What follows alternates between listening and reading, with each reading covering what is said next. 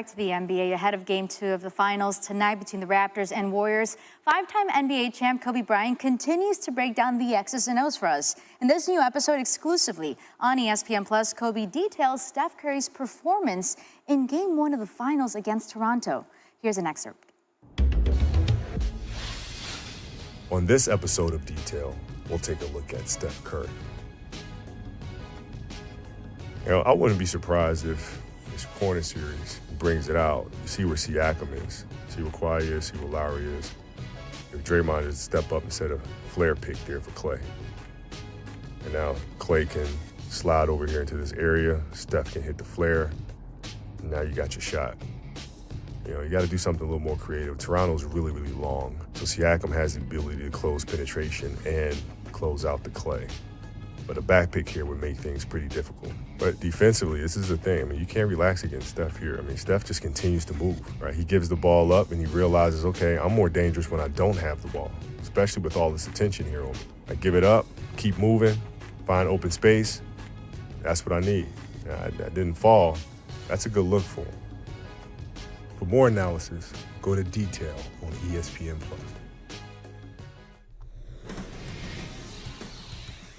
All right, we can get more right now as we welcome in our Warriors reporter, Nick Friedell from Toronto. Nick, you have been around this Warriors team all season. With 2 days off between Game 1 loss and tonight's Game 2, what sense are you getting about their confidence level? Jay, it's extremely high. The guys are making their way in as we speak, actually, right now for shoot-around. And there's a calmness around the group because they really believe that their experience in the last few years, winning titles, losing that series to Cleveland, it's prepared them for this moment. In the Warriors' mind, it's more about what they need to do tonight rather than what the Raptors did to them. The Warriors feel like they can cut down on their turnovers. They had 16 in Game 1. They feel like they can play better transition defense. They struggled to keep Siakam in check as he was getting up and down the floor and gaining confidence. They feel like they can control what they need, get Steph and Klay going early. They're going to be in great shape as Game 2 unfolds. Andre Iguodala says he will play tonight after injuring his left calf in the fourth quarter of Game 1. What are you hearing about exactly how healthy Iggy is? It's bothering him, Jay. We watched him limp around at the end of Game 1. He's been getting treatment the last couple days. He is the guy to watch for early because not only do they rely on him so much defensively, and they have for a long time here, but offensively, they need him to start making more shots from the outside to free up everybody else, especially with KD out. With Iguodala, he had 5 threes in that closeout game in Game 6 in Houston. He hasn't made one since. He's 0 for 11. So they need him on both ends. If he can't move around well, they are in really deep trouble. Game 2 tonight on ABC. Nick Friedell live in Toronto. Thank you, Nick. Sports Center on the Road is presented by Rocket Mortgage by Quicken Loans. Took Game 1 from the Warriors, and with all the uncertainty about the health and availability of Kevin Durant in the series, you could argue that there might be reason to panic. But as Mark Schwartz reports, the 2-time defending champion Golden State Warriors don't even know the meaning of the word panic.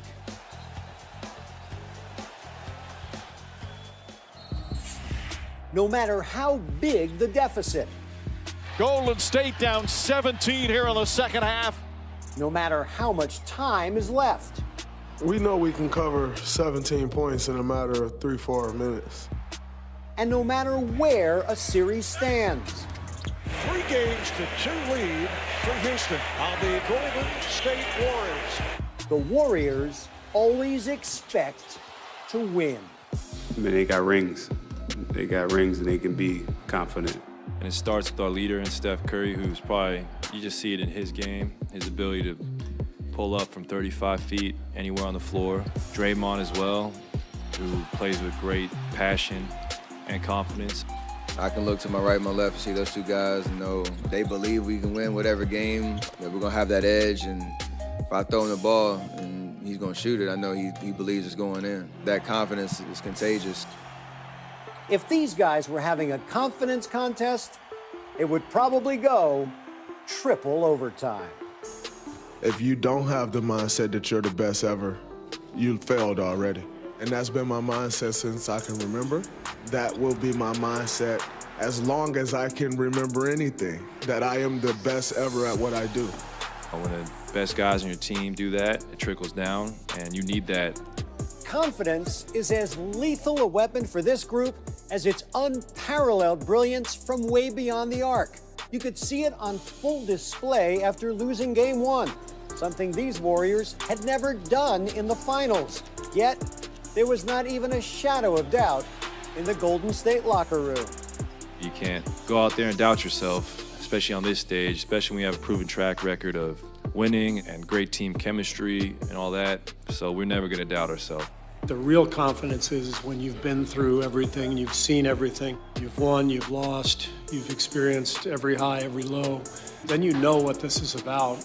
We've been through it all at this point, so we know what we're capable of, and we're confident that we're going to go out and do the things necessary that it takes to get this series going in our favor. Thank you, Mark. Just a reminder, we're going to have Game 2 of the NBA Finals tonight on ABC and the ESPN app, with the Raptors up 1-0. Coverage starts with NBA Countdown at 7:30 p.m. Eastern. Tony? Game 2 will be the Warriors' 24th NBA Finals game under Steve Kerr, but just the second time they enter a Finals game trailing in the series, and the last time it happened was 4 years ago. They need to stop the Raptors' defense to force Golden State to take tough shots. The Warriors made only 10 of 44 contested shots, their worst percentage in a playoff game under Kerr. But Steph Curry has been on target and enters Game 2 looking for a 7th straight playoff game with 30 or more points, which would tie a franchise record set by Wilt Chamberlain and Rick Barry. It's first to 4, not first to 1, so still a lot of basketball to be played. One game doesn't define a series. It's an opportunity for us tomorrow to come out and get one, be 1-1 going back home, which any road team would love that opportunity. We've been through it all at this point, so we know what we're capable of, and we're confident that we're going to go out and do the things necessary that it takes to get this series going in our favor. You can't go out there and doubt yourself, especially on this stage, especially when you have a proven track record of winning and great team chemistry and all that. So we're never going to doubt ourselves, no matter what position we're in. All righty, from where we welcome in our 3-time NBA champion, Bruce Bowen. Bruce, we just heard the Warriors are pretty confident in themselves. What is your level of confidence for them heading into Game 2? My level of confidence is just as confident as they are. They are reigning champions, and that's the thing you have to fall back upon at this particular moment, is that you've been here before. You understand what it takes to go out on the road and get a victory. All they need is one victory on the road, and then good things can happen. But it's going to have to start in transition and guys communicating. Golden State Warriors did not communicate as we've seen them in the past. Transition defense was just horrible. And they will have film sessions to go over these things. And this play right here was indicative of their night. Everyone just kind of trotting back to certain spots, no sense of urgency. But when you see that film session and coaches call you out, now you have an opportunity to respond the right way. Yeah, simple effort, the key for tonight for them in a big way. And also they're going to have to tidy up those errors because the Warriors shot 23% uncontested shots in Game 1. They're worse in a playoff game under Steve Kerr.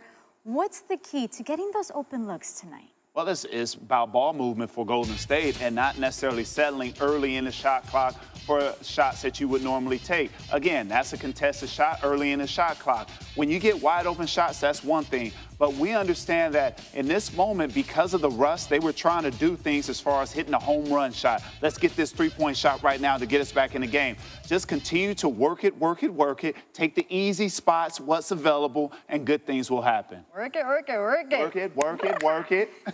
All right, so Dub's looking for a split in Toronto. Bruce is coming back soon to talk about how the Raptors can win their 6th straight playoff game. Thank you. Yep. Guys, back on March 21st, heavyweight champ Anthony Joshua thought he'd be the one to break the dreaded Drake curse. You know, if Drake roots for you and your team, your team are going to lose, as evidenced by this Instagram post referring to his June 1st fight against Anthony Ruiz Jr., which happened last night. Now, in his U.S. debut, welcome back to SportsCenter. Tony Collins, Jay Harris, and we're looking ahead to Game 2, Warriors and the Raptors. Tonight on ABC, Pascal Siakam, the surprising star of Game 1 with a playoff career-high 32 points, 14-17 from the field, including 11 straight makes at one point. The Raptors have been tough to beat at home in the playoffs, going 9-2. Toronto's won its last 6 home playoff games by an average of nearly 13 points per contest, and a win tonight could be a very big deal for the Raptors. Teams that go up 2-0 in the NBA Finals have gone on to win the title 88% of the time. Last team to lose, 2016 Warriors. We can't really necessarily worry about them. We have to continue to worry about us. They got rings. They got rings and they can be confident. But for us, we can't worry about this, that. You know, we go out there and we do our game plan and we focus on what we can control, and that's what we've done all year. All I could do is keep making the right play, and when I do get a free look, make my shots. It's not about me scoring or trying to get my offense off. It's a whole collective group out there. Until we win the game or it's all done, then I'll show some emotion, but I want to stay even keeled while I'm going through it. He's very focused on his mission, and it doesn't get too excited about things or hype himself up. And he's not going to lay his hair down until the work or the job is done. For more, we welcome back our 3-time champ NBA analyst Bruce Bowen. All right, you know Kawhi from San Antonio. What's your take on his emotions? Never too high, never too low, always even. I think with champions, Jay, you have to take that into account as far as when you're leading others who have maybe not been in that position before. So when you talk about Kawhi Leonard and what he's able to bring to the table, it's all the experience of being a champion. It's all the things that he learned when his time was in San Antonio. This game here, 2014, this is where it really began for him. And we talk about his calm. What it is more about is understanding the moment, and you can't get away from that time, because when you start to skip steps, he went through something tremendous the season before, losing a game in Miami. So now you talk about what he's gone through. We learn from our failures in basketball, in life. So for Kawhi Leonard to lead this group now, it's only something that goes to show his work ethic and his desire to continue to be the best he can be on the floor. All right, let's go to Pascal Siakam. Team high 32 points in game 1, 14 of 17 from the field. What adjustment do you expect from the Warriors defense tonight on him? Well, I expect Draymond Green to now take him more serious, pay more respect to him, because in this game, you saw Draymond Green close out short a few times. You close out short to certain players who can't shoot or necessarily are unwilling to shoot. But what Pascal was able to do in these moments was take advantage of that, and Draymond understanding that, okay, I'm a defensive player of the year, I can get into his head early and often, but he wasn't able to do that because he started out giving him so much space. In these games, you cannot give a player like Pascal Siakam that kind of space. I think he's arguably the most improved player in the NBA this season, so I look for Draymond to do a better job of contesting shots and getting a little bit more physical with him. Who do you like tonight? I like Golden State because of the championship pedigree that they display. This is a team that's led by Steve Kerr, a guy who has championship rings in San Antonio as well as Chicago, and he understands these types of moments. He's learned from Greg Popovich as well as the big rooster in L.A. as far as Phil Jackson is concerned, even though he's not a cockle-doodle-doo. No, he's not. No, he's not. Bruce Bowen, thank you. Winner of Game 1 of the NBA Finals, by the way, has gone on to win that series 71% of the time, so we'll see what happens. Raptors, of course, hold a 1-0 lead in the NBA Finals. Game 2 tonight in T-Dot. And while we won't see Kevin Durant, who was ruled out Friday, we will see a banged-up Andre Iguodala, who, despite not being on the injury report yesterday, is nursing a calf strain of his own, something that apparently does not worry any of his teammates. It's 1st to 4, not 1st to 1, so still a lot of basketball to be played. I mean, they got rings. They got rings and they can be confident. We can't really necessarily worry about them. We have to continue to worry about us. It would have been way more fun being up 1-0. This is definitely fun in terms of like the challenge of being on this stage and understanding, one game doesn't define a series. We know what we're capable of. We're confident that we're going to go out and do the things necessary that it takes to get this series going in our favor. Coming in, I wanted to be able to, get them to this point, and I feel like I just, did something special for them. Just being able to be the first team to get to the NBA Finals for Toronto. Are we being too harsh on Drake? No. I agree. He's got enemies. He's got a lot of enemies. He wrote about it. He loves it. He's a troll. That's what they do. They troll. I think it's fun. I can't wait to see what he comes with. But listen, if Draymond doesn't show up with like a robe or something to troll him about Anthony Joshua, and everything Drake wants. So he's got a title to win. Game 2, Finals tonight, ABC and the ESPN app. Keep in mind, Steve Kerr's team, every time they find themselves in a hole, they've won every single one of those playoff series. Our countdown starts 7:30 Eastern on ABC. All right, now to Vegas. Caesars Sportsbook has the Warriors in 6 at plus 200, the shortest odds of any outcome. BPI puts the Raptors in 7 as the most likely outcome. Metric says there is a 21% chance that is how these series play out. So Warriors in 6, Raptors in 7, disagreements. If it looks like Vegas, it smells like Vegas, it must be Doug Kazarian. Smells like Our ESPN betting analyst here. What should we expect in the Vegas odds, and how do they differ? It's been fascinating, first and foremost, because of Kevin Durant's unknown injury status. So we mentioned that graphic with Basketball Power Index for ESPN. Also, 538 entering the series, they favored the Raptors about 55%. So if you ran this sort of series 9 different times, the Raptors would win 5 times and the Golden State Warriors 4 times because of the home court. And also everyone sort of kind of sleeping on this Raptors team. Their net rating, and I know this is a little sort of analytics talk, but just their starting 5 was better than the Warriors based on the numbers throughout the course of the regular season, because it was after Gasol and then Kawhi rested so much, so it wasn't prevalent. But when they were on the court together, they were actually better than the Warriors net rating-wise, even with Durant. So you take out KD, and that's why they favored the Raptors. And here, Golden State was a 3-1 favorite entering the series. But it's interesting that even the numbers don't even have Klay Thompson, one of the 6 best players in the series.